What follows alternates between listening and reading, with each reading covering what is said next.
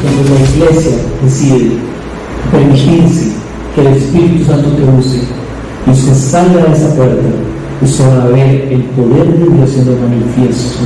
Usted va a ver cómo aquel que estaba muerto puede vivir.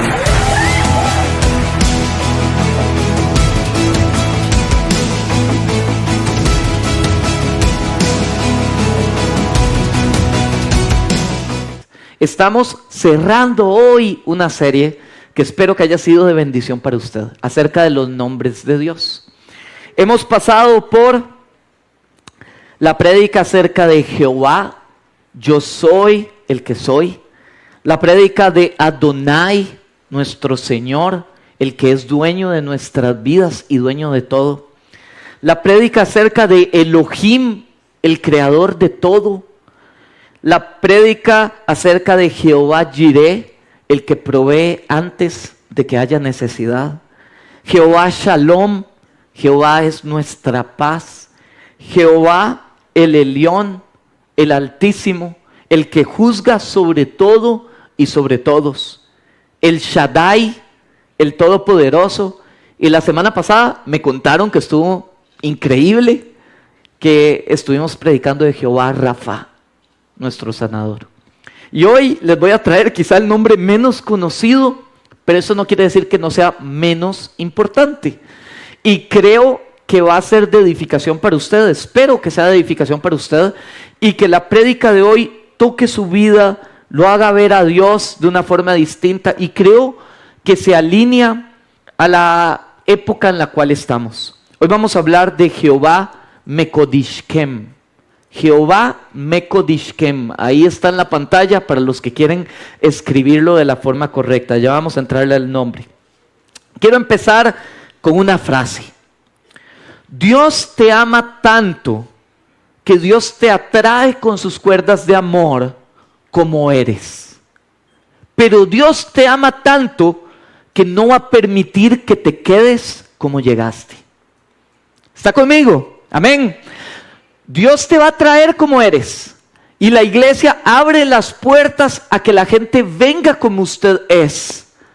Pero en el momento donde usted se encuentra con el Señor, Dios te ama que no te va a dejar en paz hasta que te transforme a la imagen de Cristo. Dios te va a meter en un proceso.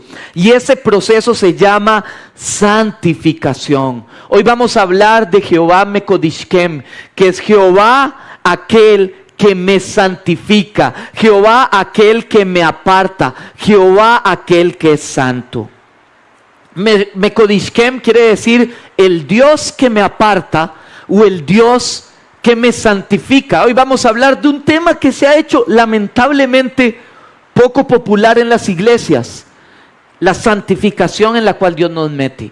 La palabra Mekodishkem viene de la palabra o la raíz de la palabra es Kadosh, y para los que traemos algún tipo de trasfondo pentecostal la hemos escuchado. Kadosh, el Ruach Kadosh, el espíritu de santidad o el espíritu de santificación. De ahí viene la palabra Mekodish, de Kadosh Kem, que es como la forma en cómo se conjuga la palabra para el uso.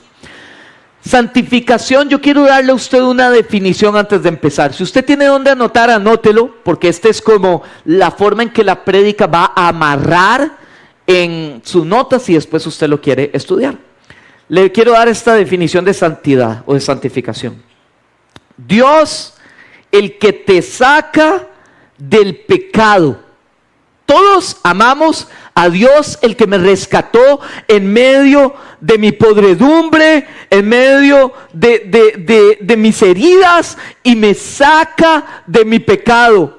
Pero no se queda ahí, sino que Dios me saca de mi pecado y me acerca a la persona de Jesús, y me acerca a la persona de Cristo, y me acerca a sus promesas. Vean qué lindo es Dios, hermanos. Dios no solo nos perdona y nos limpia y nos lava con su preciosa sangre. Dios podría haberse quedado ahí. Dios podría haberme sacado, perdonado, limpiado, lavado y me deja ahí. Pero Dios no solo hace eso. Dios me saca de esa situación y me transforma para hacerme más parecido a Cristo y me lleva y me da un propósito de vida. Y para mí eso es glorioso. Dios no tenía que. Es más, mi hermano, ¿sabe cuánto usted y yo contribuimos a la salvación? En nada. Nada. Él hizo todo y yo no hago nada. Para que nadie se gloríe de que fue por obras. Es por gracia. Eso quiere decir que es un regalo inmerecido que usted y yo no podemos comprar y no hay nada que podamos hacer para obtenerlo. Por gracia Dios me perdona, pero su amor hacia mí es tan abundante que no se queda con eso, sino que por gracia Él me da propósito y me hace útil en el reino. ¿Sabe cuánto contribuimos usted y yo al reino? En nada. Es el Espíritu que obra en nosotros, el que nos pone y nos pone en el lugar correcto y nos pone a servir y damos de lo que no tenemos, pero a la vez es de tanta bendición porque sentimos en nuestro corazón que estamos contribuyendo y que es parte de nuestro propósito. Y Dios no se queda con, ok, vea, te limpio y vea, vaya allá en la esquina y quédese ahí. Dios nos involucra en su plan, no porque nos necesite. Dios no ocupa nuestra adoración, Dios no ocupa que vengamos a adorarle, Dios no ocupa que le demos nada. Dios es dueño de todo, eso no lo cambia a Él. Dios decide hacerlo porque nos ama y sabe que tal vez para nosotros nos da propósito. El mundo allá afuera anda buscando propósito en las adicciones, en los títulos, en obtener cosas materiales. Nosotros que estamos en Cristo entendemos que nuestro propósito no está allá, está en el reino, está en Él, está en cómo podemos servirle mejor, cómo podemos glorificar su nombre, cómo podemos parecernos más a Él. Amén. Ok. Entonces, vamos al contexto del tema. Cuando el Señor llama a Abraham, Génesis, y sé que he dicho mucho esto en las semanas anteriores, pero es importante porque prácticamente en Génesis y Éxodo es donde Dios da la revelación de los nombres de Él a los patriarcas. Y cuando Dios llama a Abraham, Dios le da una promesa y le dice: Abraham, sal de tu tierra en Ur de los Caldeos en Irak y de tu parentela a la tierra que yo te mostraré. Dios le da una promesa y le dice: de ti haré una gran nación y en ti serán benditas todas las naciones de la tierra. Al que te bendiga bendeciré, al que te maldiga maldeciré. Génesis 12 del 1 al 3, ahí a lo que me acuerdo. En esta promesa Dios le dice a Abraham una clave y le dice: de ti haré una gran nación. Hay 4 componentes que se ocupan cumplir para que se forme una nación. Una nación ocupa: 1, un pueblo. Sin pueblo no hay nación. 2, un territorio. Sin territorio no hay nación. 3, un gobierno. Sin gobierno no hay nación. Y 4, una cultura. Sin cultura no hay nación. Entonces Dios agarra a un anciano como Abraham y le da una promesa, y a sus 90 y resto de años, la promesa aún no había sido cumplida. Tenía una esposa que también era adulto mayor, Sara, que era estéril, y Dios le dice: de ti, mujer estéril y hombre probablemente estéril, voy a hacer una gran nación. Y dice la Biblia que sobrenaturalmente Dios le da un hijo, Isaac, el hijo de la promesa. Isaac se casa con una mujer estéril y Dios le da descendencia. Jacob, Esaú y Jacob. Y Jacob también se casa y a través de una mujer estéril, Dios empieza a multiplicar las generaciones de este hombre. Porque eso tiene una razón de ser. Dios no iba a dejar ningún portillo abierto para que alguien pudiese decir, esto lo hizo el hombre. Esto lo escribió el hombre y lo cumplió el hombre. De esterilidad Dios puso simiente y simiente y semilla y semilla y se empieza a multiplicar el pueblo. Solo Dios podía hacer eso, hermanos. Y de ahí Dios empieza a proveerse de sí mismo un pueblo que tenía una función. Este pueblo iba a ser marcado por ser un pueblo distinto a los demás. Su cultura, su terreno, su pueblo, todo su gobierno iba a ser distinto. De todas estas generaciones, el Señor empieza a levantar el propósito de lo que Él tenía, a proveerse lo que Él quería hacer. De estas generaciones, usted sabe la historia, nace José en medio de una hambruna. Bueno, José tiene sueños, sus hermanos lo aborrecen, lo echan al fondo de un agujero, de ahí él entra y pasa a ser esclavo, lo querían matar, pasa a ser esclavo, termina en la cárcel, luego de la cárcel termina siendo el segundo al lado del faraón, y él abre las puertas a que en el momento donde Jehová, el que provee antes de que haya necesidad, ¿está conmigo, iglesia? Dios abre las puertas en tiempo del desierto para que este pueblo entre a Egipto y pueda alimentarse y no morir en el camino, sino seguir el plan de Dios. El pueblo se multiplica, pasan 430 años y pasa de ser un puñado a ser millones, que fueron los que salen luego al desierto cuando pasan a la parte del Éxodo. Pero este pueblo llega a una región difícil, inconquistable y extraña.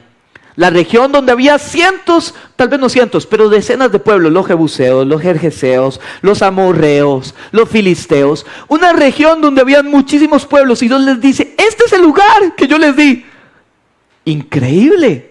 Un pueblo que había sido esclavo por generaciones de generaciones, llega sin ningún tipo de experiencia militar y empieza a tener conquista militar tras conquista, conquistan ciudades impenetrables como Jericó, solo de una forma, bajo la ayuda de Dios.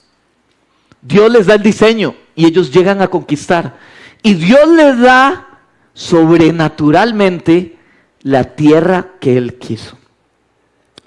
Dios establece en el pueblo de Israel un gobierno distinto a todas las naciones. Y usted lo lee en la historia de Saúl, en la historia del rey Saúl.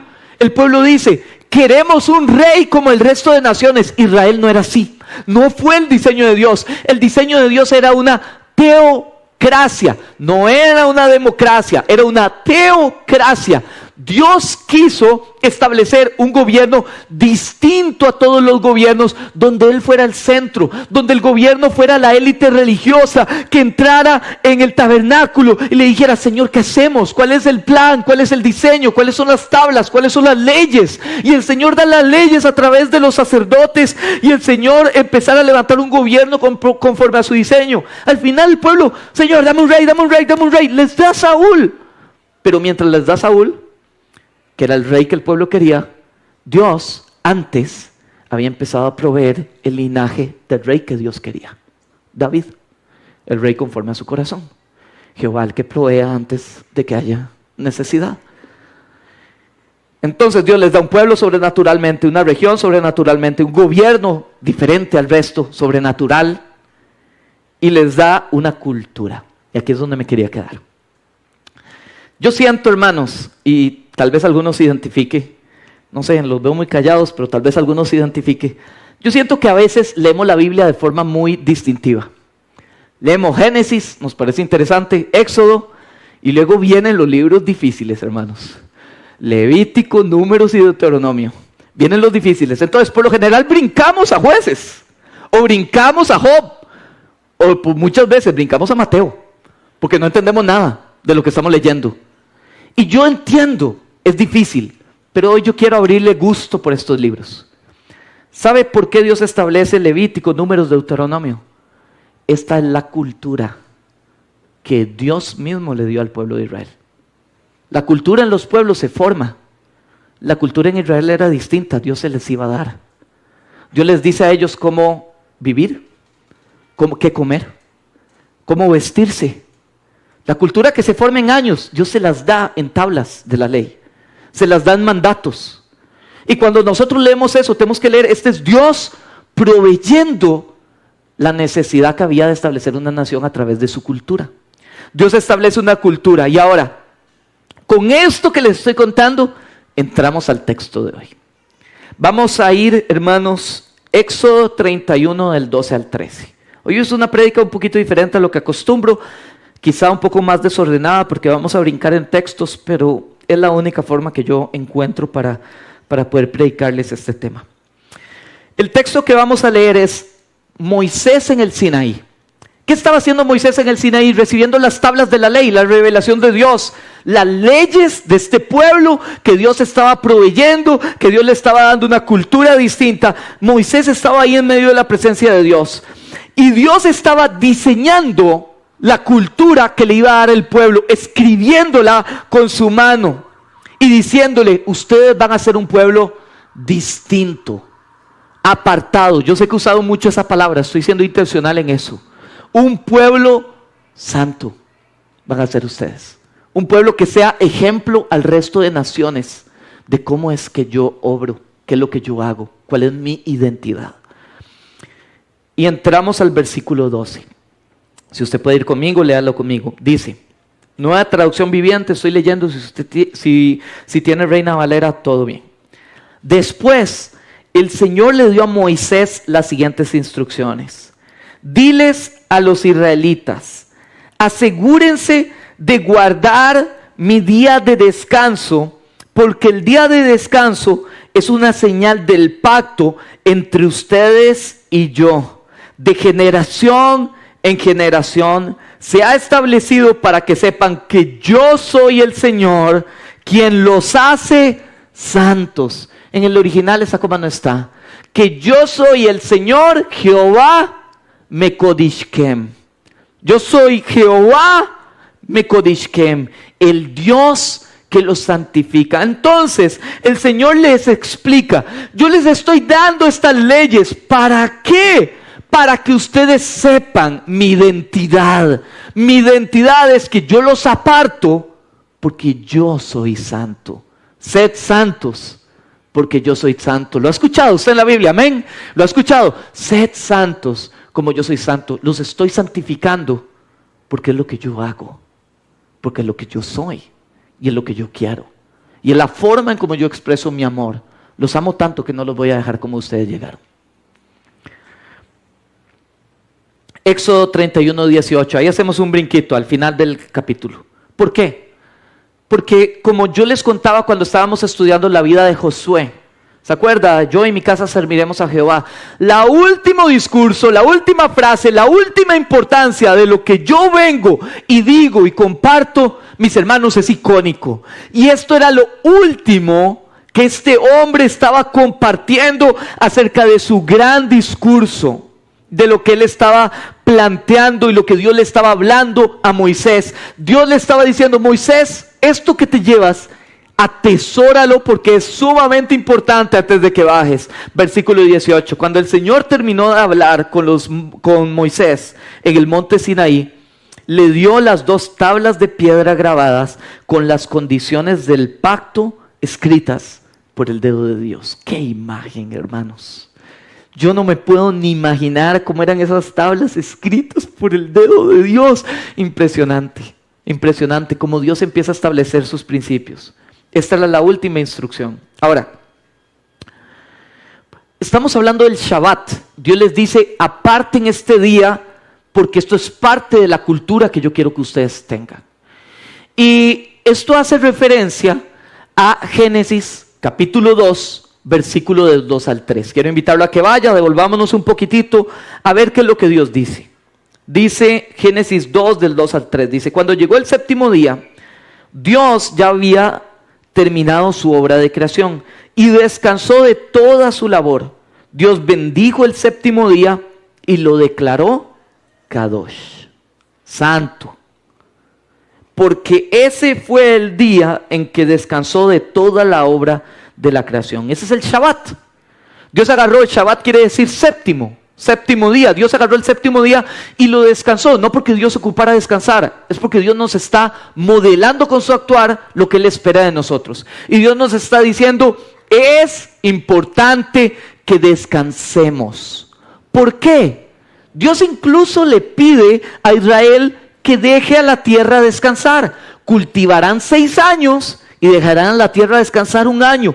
¿Por qué? Porque Dios entiende ciencia, Él es el creador de la ciencia, y Dios entiende que la tierra ocupa descanso para poder producir, para poderle hacer un reset y que la tierra pueda seguir dando fruto.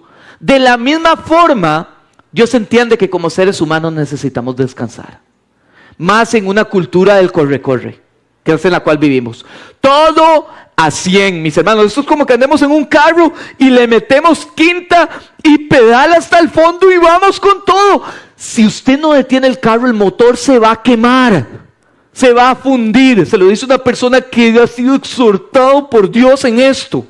Hay que detenerse y descansar. Hay que detenerse y meditar. Porque Dios no solo creó el día para que descansemos físicamente. El Shabbat es un día que tiene un simbolismo. Descanso mental, descanso físico, pero sobre todo, renovación espiritual. Reset espiritual.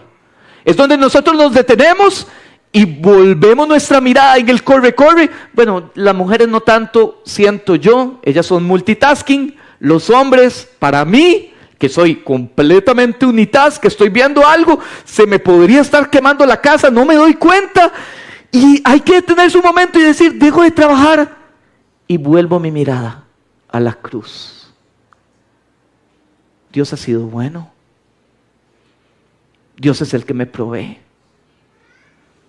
Dios es el que se encarga de mis afanes y mis preocupaciones.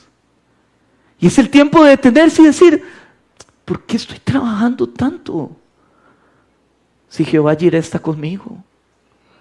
¿Por qué me preocupo tanto por esta condición? Si Rafa está conmigo. ¿Por qué me preocupo tanto por esa situación? Si el Shaddai está ahí en control de todo. Y Dios sabe lo útil que es para nosotros detenernos y volver a ver sus promesas, sus palabras, su identidad y todo lo que ha hablado a nuestra vida, y detenernos un momento y recordar, Dios no ha sido bueno contigo. No estás agradecido con Él. No estás gozoso de lo que Él ha hecho. No estás gozoso de lo que Él está haciendo en tu casa. Quizá hoy vino tu hijo por primera vez. Y a veces estamos tan afanados de hacer otra cosa. Hoy es un día de celebración. El Shabbat es el día de celebración. Es el día de recordar. Es el día de volver a hacer reset. Porque estamos 6 días en una cultura pagana, dándole vueltas a nuestra mente. Y es un momento donde vuélvete al Señor. Por eso yo no creo en la iglesia virtual. Yo no creo en la iglesia virtual. Y perdón, hermanos, si hay alguien en la casa, puede estar en la casa. Si no pudo porque está enfermo o tiene alguna situación. Pero usted tiene que volver a ir a la casa del Señor. Es el día del Señor. El 7º día es el día del Señor. Ya hoy no lo celebramos en el Shabbat. Y tampoco vamos a ser religiosos y pensar que no puedo hacer nada. Eso es ya el Señor, el día que Cristo murió en la cruz, el Shabbat fue cumplido. Pero el concepto de Shabbat sigue latente. El concepto es consagremos, apartemos, busquemos un día donde vayamos y pongamos nuestra mirada en las cosas de arriba y nos enfoquemos en Él y recordemos todo lo que Él ha hecho y recordemos cuán bueno Él ha sido y dejemos nuestros afanes en el altar y digámosle, Señor, hoy me voy a dedicar a adorarte. Por eso yo no puedo venir aquí con el cassette de, uy, tengo tanto que hacer. No. Es el tiempo de adoración a Dios. Es mi culto racional, dice Romanos. Mi culto entendido de que este es el día del Señor. Ahora es el domingo. ¿Por qué? La iglesia primitiva, cuando Cristo muere y resucita a los 3 días y se levanta un domingo, que era el primer día del calendario, la iglesia primitiva entiende, ya no es el Shabbat, ahora es el día del Señor, el día de la resurrección. Y hoy usted y yo estamos aquí por una razón. Hemos sido partícipes del poder de resurrección y vida. Amén. ¿Puede darle un aplauso a eso, hermanos? Levántese y denle un aplauso a eso. De verdad, denle gloria a Dios, porque somos parte de la resurrección y la vida. Hoy usted y yo estamos en vida porque Él fue el primogénito para todos nosotros que estamos hoy aquí. Y celebramos eso. Por eso venimos a la iglesia. Por eso adoramos como comunidad. Por eso entendemos que es el tiempo de poner nuestra mirada en el Señor. Por eso compartimos la palabra. Porque es recordar, Dios ha sido bueno. Y para los que nunca han leído la Biblia, quizá usted es nuevo en la iglesia y usted ha sobrevivido de la iglesia. Mis hermanos, cuando usted viene el domingo, aunque usted no tenga disciplinas espirituales, lo cual está mal, pero te da al menos una bocanada de aire para sobrevivir la semana. Ahí como moribundo, con hambre toda la semana, pero por lo menos llegaste al domingo y otra vez la bocanada de aire. Por eso hay disciplinas espirituales. Pero si no tuviéramos eso, estaríamos perdidos. Por eso es que el primer factor para que la gente se vuelva al mundo es deje de congregarse. Ese es el primero. Sin eso usted no va a vivir. Entonces, hermanos, la transformación de la cultura se da en pasos. 3 pasos: gracia, información y luego obediencia. Gracia, información y obediencia. Quiero explicarle este proceso de metanoia. La Biblia habla de transformación de nuestra mente, metanoia. Gracia. Dios nunca nos va a pedir algo sin antes habernos mostrado la gracia. Yo creo que como iglesia evangélica muchas veces hemos cometido este error. Le pedimos a la gente que viene entrando por primera vez que transforme sus vidas. Y mis hermanos, eso es imposible. Porque nosotros no transformamos nuestras propias vidas a esfuerzo humano. El único que puede transformar nuestras vidas es el Espíritu de Dios. A nosotros, ¿qué nos toca? Impulsarlos a que tengan un encuentro personal y transformador con el Espíritu de Dios. El día que el Espíritu los transforme, su vida va a empezar en el proceso de santificación como parte de eso. Pero necesitan el encuentro primero con Dios. Obviamente en la iglesia hay principios morales, no puede venir nadie aquí a hacer lo que le da la gana o a tener un desorden o un montón de cosas. Obviamente existen esos principios, pero mis hermanos, sin gracia no se le puede pedir reglas a la gente. Usted no puede hacerlo. Es más, tal vez usted se pregunta, mira, ¿por qué Dios le estableció lista gigante de reglas a Israel? Porque Dios les mostró la gracia primero. ¿Cuál fue su gracia? Ellos eran esclavos, no tenían ninguna forma de salir, y Dios manda una figura parecida en el sentido de que representaba lo que Cristo iba a hacer. Moisés entra en medio de eso, manifiesta la gloria de Dios a través de milagros y prodigios, de las plagas, y el pueblo que no tenía oportunidad, que estaba muerto en esclavitud, sale de Egipto y se topa con el mar, y el faraón se arrepiente de su decisión y manda a sus ejércitos, y en medio del mar y el ejército de Egipto, la mano de Dios entra, separa las aguas y el pueblo pasa. Y ojo, hermanos, yo no sé si usted lo ha visto así, pero toda la representación del Éxodo es una representación de Cristo. El pueblo llega a las aguas se parten. Usted entra en las aguas como esclavo y sale como libre. Se cierran las aguas y empiezan a vivir la libertad que nunca habían experimentado. Generaciones de esclavitud se convierten en un pueblo libre. Y ya Dios les mostró gracia y les dice, ustedes eran esclavos, yo les mostré mi gracia. Ahora yo los amo tanto que no voy a dejar que sigan viviendo como esclavos. Les voy a enseñar cómo se vive como libres. Aquí está mi ley. ¿Me estoy dando a entender, hermanos? Primero gracia, luego información y ahora obediencia. Porque de nada me sirve tener información si no lo obedezco. No va a haber transformación. Dios hace su parte, el Espíritu hace la suya, pero en mi libre albedrío yo tengo que tomar decisiones que me lleven y que me ayuden al proceso de santificación que Dios quiere. Dios te rescata y luego te refina. Dios te salva y luego te procesa, porque Él te ama y no te va a dejar igual. Eres bienvenido en la condición en cómo estás. Si eres nuevo, eres bienvenido como estás. Pero Dios te ama tanto, y como iglesia te amamos tanto, que no vamos a dejar que te autodestruyas a como vienes. Porque el pecado te va a llevar a destrucción. Te va a llevar a maldición, te va a llevar a heridas, te va a llevar a consecuencias, te va a llevar a odio, te va a llevar a falta de perdón y vas a arruinar tu vida. Y te amamos suficiente como para decirte, ese no es el camino. Quiero comparar el nacer de nuevo en el cristianismo. No basta decirle al Señor, te entrego mi vida como mi Salvador, si no eres mi Señor.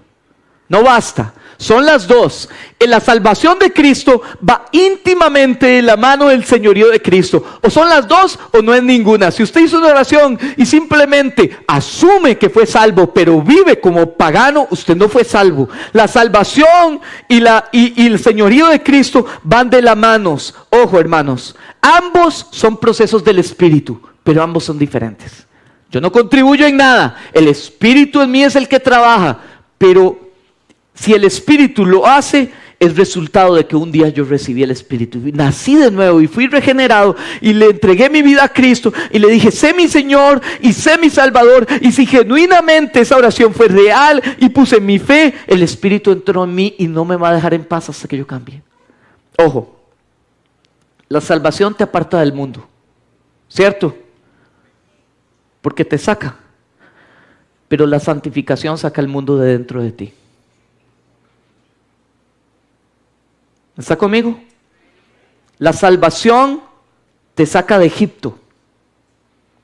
Pero Dios no se queda con eso. Dios va a sacar a Egipto de ti. Porque si Dios no saca a Egipto de ti, Israel pudo haber llegado a la tierra prometida a levantar un pequeño Egipto. Dios te va a procesar. Dios va a sacar esa idolatría. Dios va a sacar esa inmoralidad. Dios va a sacar esas ataduras. Dios va a sacar esa podredumbre que hay en nosotros. La salvación es inmediata. La santificación es progresiva. Es un proceso. La salvación va de la mano de la fe. La santificación va de la mano de las obras. Pero la fe sin obras está muerta. Van juntas. La fe me salva. Las obras evidencian mi salvación. Las obras hablan del proceso de santificación. La salvación quita la condena del pecado. La santificación me da el poder para poder luchar y vencer el pecado en mi caminar. La salvación me muestra su gracia y su amor. La santificación me muestra su disciplina y su amor. Y ahí me voy a quedar un momento, porque sé que estoy repitiendo cosas. Yo enseñé esto en Santana y se lo quiero compartir a usted brevemente, porque no era el mismo tema. El Dios que me salva, que me perdona, que me cuida, que seca mis lágrimas y que me levanta el día que estoy caído, es un Dios que muestra su amor ahí conmigo. Ojo, el Dios que me disciplina, que permite que las consecuencias lleguen a mi vida, que me da palo y que me exhorta, es el mismo Dios y me ama igual aquí que me ama ahí. El que me ama en gracia, me ama cuando me exhorta y cuando me dice, no me gusta cómo vives y no me gusta lo que practicas. Y si sigues haciéndolo, te voy a pasar por el fuego porque te amo y no voy a dejar que tu vida se vaya al vacío en medio de pecados y de podredumbre. Yo creo que a veces amamos a este Dios y creamos que este Dios es amor y este Dios es juicio y justicia. Y separamos que Dios es amor aquí, Dios es amor ahí. Yo espero que un día, padres, tengamos el equilibrio para ser el padre que atesora la disciplina. El padre que levanta cuando el hijo se cae y le dice, mi amor, ¿estás bien? Te amo, te voy a chinear para que estés bien. Pero también el padre que te dice, no te aguanto eso y en mi casa eso está prohibido. Este ama y este ama. Nosotros tenemos que saber estar en el medio y decir ambas. El padre que solo está aquí va a ver cómo su hijo se pierde en libertinaje. El padre que está aquí va a ver cómo sus heridas hacen que su hijo se haga pequeñito y un puño de dolores y de miedos. Tenemos que aprender a vivir como el Dios, el Padre sabio que nos crea, con un pie en un lado y el pie en el otro, dependiendo de las situaciones. No perfectos, pero intentando balancear. La salvación cambia tu naturaleza de muerte a vida. La santificación cambia tu carácter de un carácter carnal a un carácter espiritual y parecido al de Cristo. Necesitamos ser transformados, una verdadera metanoia. Quiero invitarlo a que vaya a 2 Corintios 3:18, ya casi voy terminando.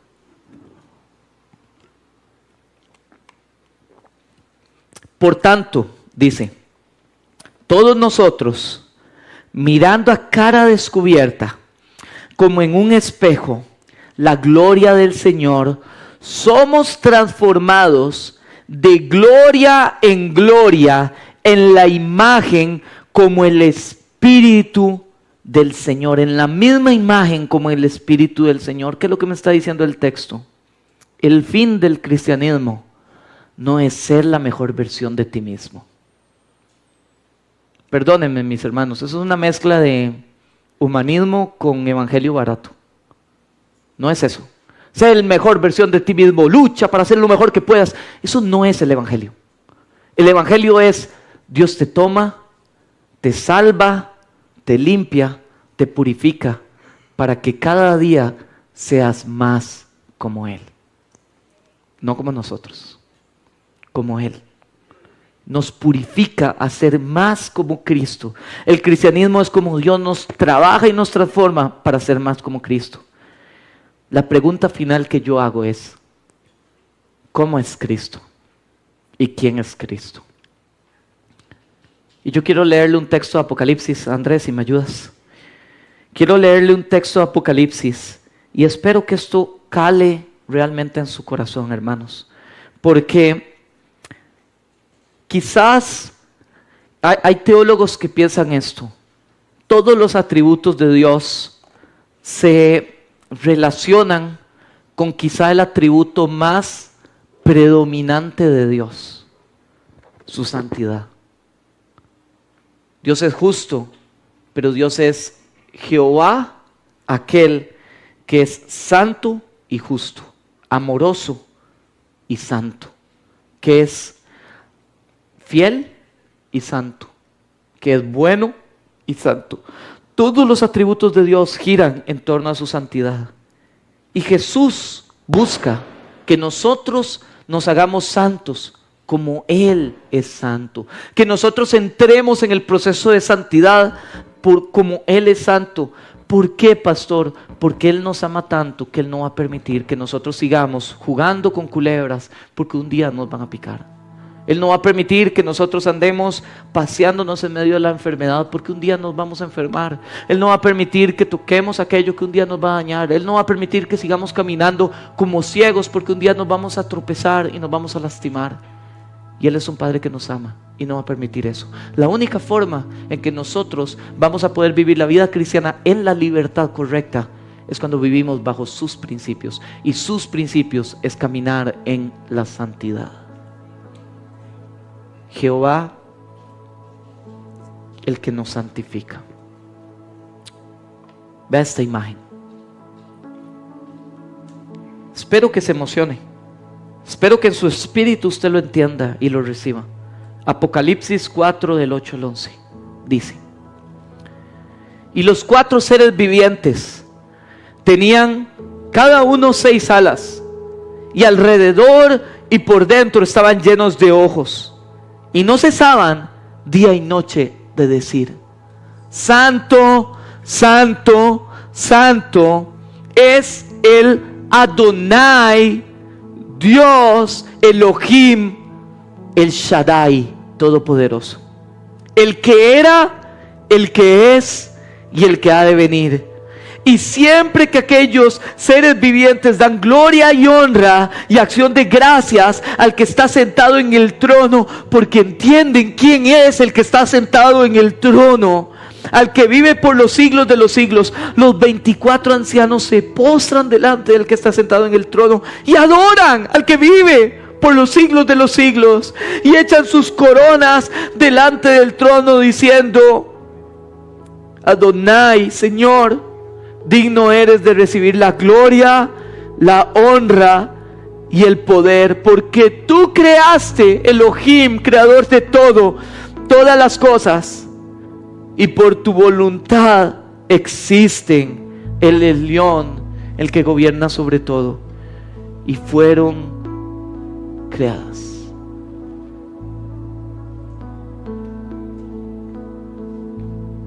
Yo esta imagen,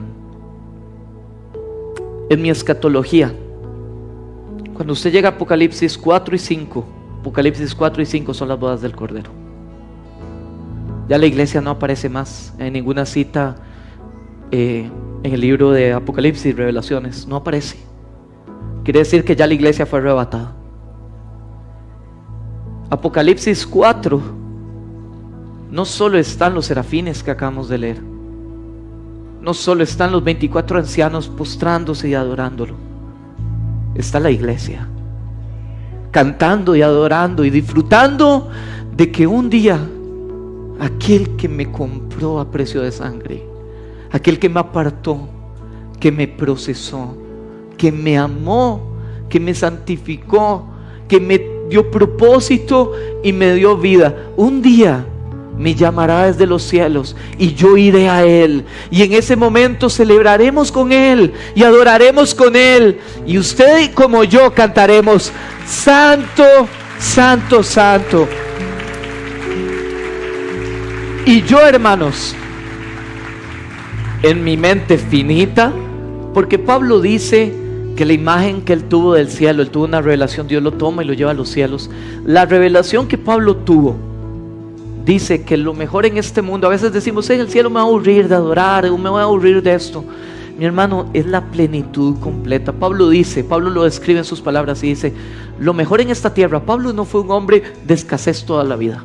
Pablo fue un hombre económicamente poderoso.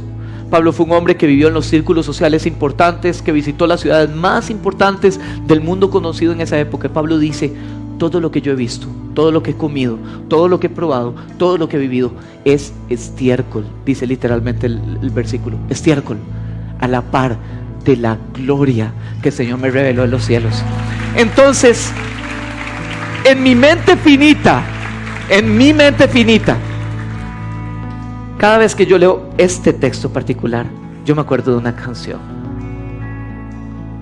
Hay una adoración que yo le identifico. Sé que en el cielo va a ser mucho mejor, pero es lo conocido que yo tengo para compartir con usted y decirle: todo aquel que entiende que Jehová me kodishkem, Jehová, el que me mete en el proceso de santidad porque me ama, yo le quiero hacer a usted una invitación, y es: llenemos este lugar de adoración. El culto pasado estuvo impresionante, se sentía la presencia de Dios genuinamente de una forma increíble, pero yo creo que debemos de acercarnos a Él en unidad, y quiero invitarlo a que lo adore en espíritu y verdad, que abra su boca y de su boca se pronuncien estas palabras, porque eso es lo que vamos. Eso es lo que vamos. El que nació de nuevo, el que tiene el Espíritu, que me oiga lo que el Espíritu le está hablando a la iglesia. Escuche, eso es a lo que vamos, y es lo que nosotros deberíamos de prepararnos aquí, pero a lo que vamos a hacer allá. Entonces quiero invitarlo a que, si el Señor te está hablando y te está guiando a adorarle, quiero invitarlo que con esta canción, con la música lo más suave posible, pero con el pueblo siendo el coro de esos ángeles, de esos serafines, de esos 24 ancianos que cantaban: Santo, Santo, Santo, se una a nosotros y empiece a cantar. Santo, Santo, el Señor Dios poderoso, digno eres tú, digno eres tú. Vamos, abra su boca. Tú eres Es santo. santo, Sí, Señor. el Señor Dios poderoso, digno eres tú, digno eres tú.